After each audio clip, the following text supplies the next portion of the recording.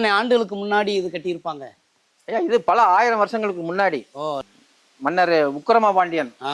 ஆட்சி காலத்துல ஆ. இந்த கோயிலை ம். அமைச்சிருக்காங்க. சரி. அவர் கட்டப்பட்ட கோயில் தான். சரி. இந்த கோயிலுக்கும் ம்.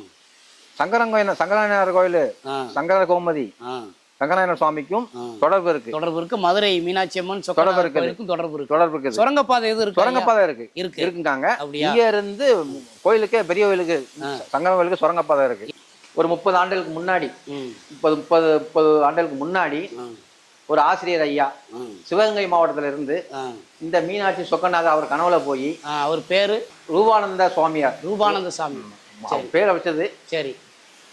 அப்ப அந்த கோயிலை தேடி வரும்போதே அவருக்கு வயசு கிட்டத்தட்ட 60 வயசு இருக்கும். எடுத்து சொல்லி ராஜபாளையம் ராம்கோ அவங்க முழு இதெல்லாமே அவங்க பராமரிச்சு புனரமைப்பு எல்லாமே இயந்திரங்கள் எல்லாம் கொண்டு வந்து, பெல்ட் எல்லாம் கொண்டு வந்து இது ஃபுல்லாவே கல்லு தான்.